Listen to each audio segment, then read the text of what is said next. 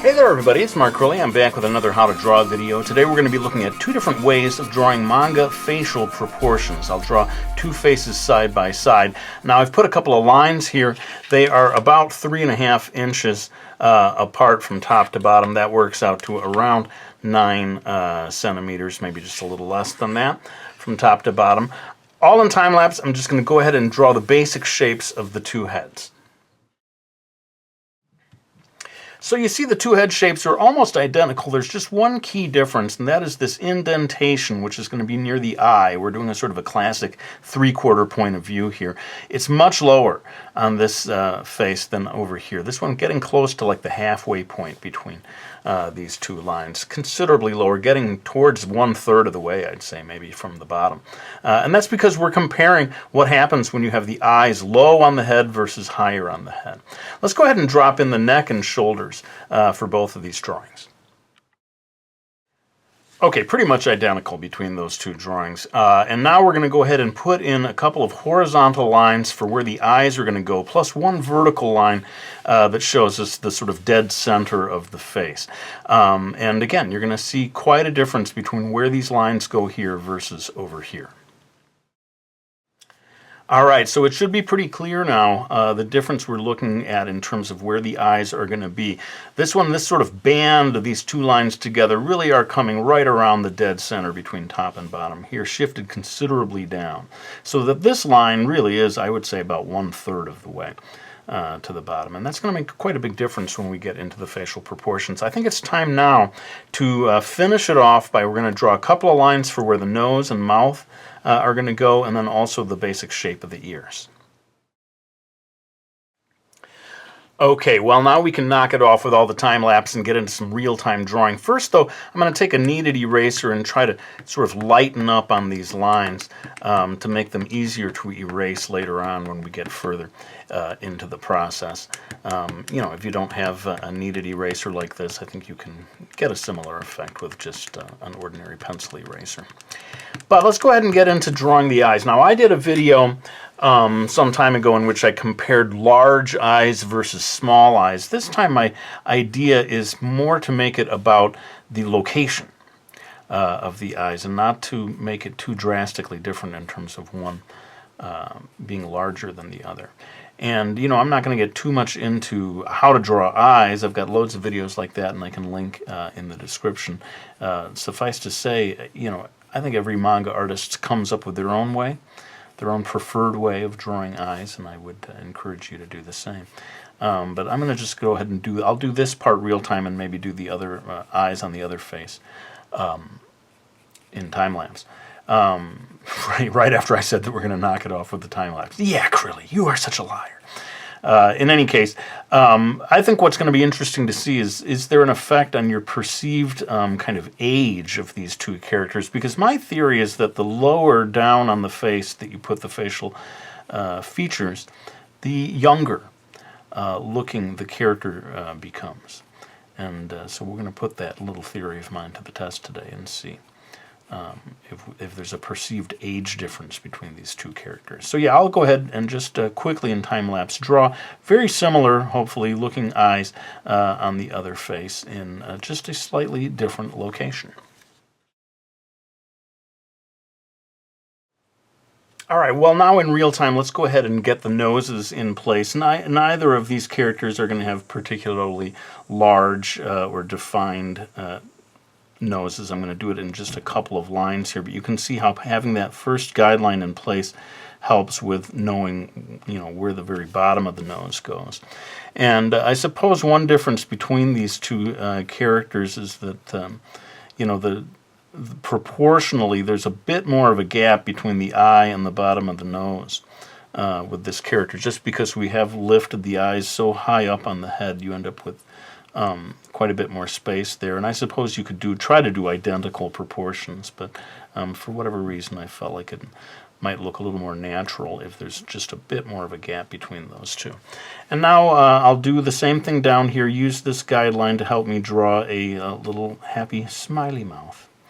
And try to do a fairly similarly sized one. Like I said, it's a little tempting to enlarge all of these facial features just a bit to make them fit Hang on, I'm going to move this back just a little bit to make them fit this larger space.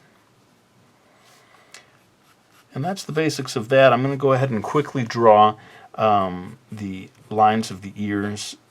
Now, you know, a lot of manga or anime artists get quite creative with the anatomy of the ears.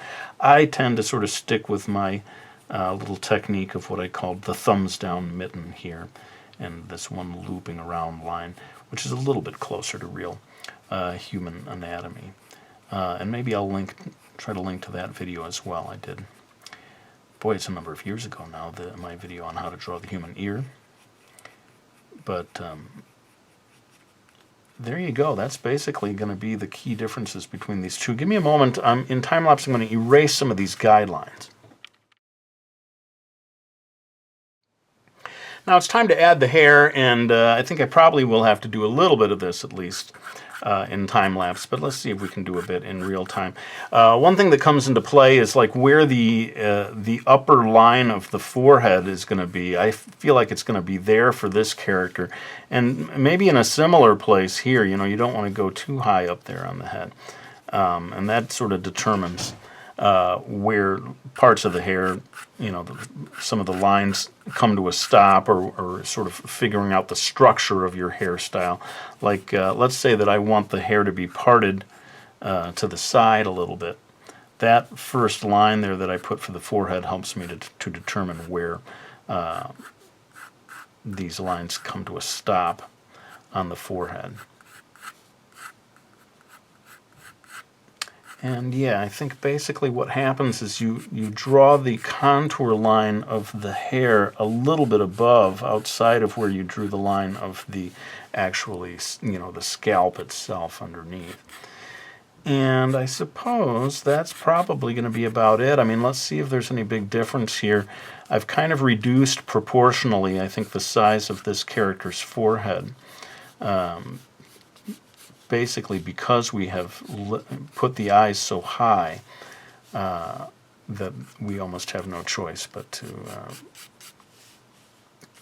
use a little less space for that area of the forehead. But what's interesting to me is that, you know, proportionally this area of the hair becomes quite massive, really, compared to the rest of the facial features for that style that I've presented here of you know, a certain manga facial proportion style that you may choose. You know, if you prefer this sort of more youthful looking character, this might be the way you want to go. And of course that determines where you put those guidelines to begin with, because everything flows forth from there. You know, those two sort of horizontal lines make really quite a big difference, I think, in terms of what the characters look like.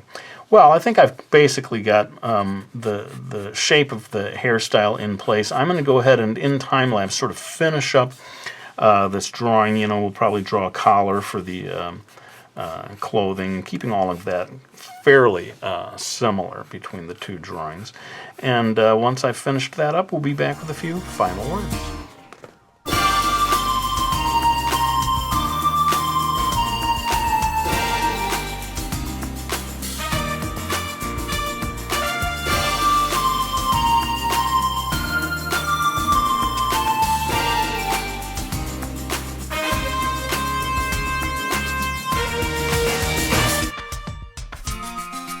Alright, so there you see the two finished drawings side by side, and I think you'll agree there's quite a big difference when you shift the facial proportions higher on the face. I think this character just looks a little more cute, really, if not youthful, as I said before, compared to this one.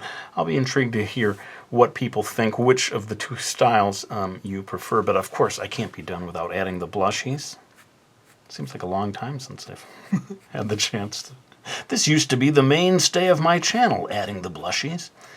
In any case, give me just a moment so I can go grab my books, so that I can thank everyone who has supported me by getting them. This is my newest book, The Comic Book Lesson, a graphic novel. that teaches you how to make comics, Chibi, my official guide on drawing in the Chibi style, and of course the Mastering Manga series, Mastering Manga 1, 2, and 3. I really cannot say thank you enough to those of you who choose to support me by getting any of those books, but I think it's time for me to lay down this pencil. I want to thank you all for watching this video. I really hope you enjoyed it, and I'll be back with another one real soon.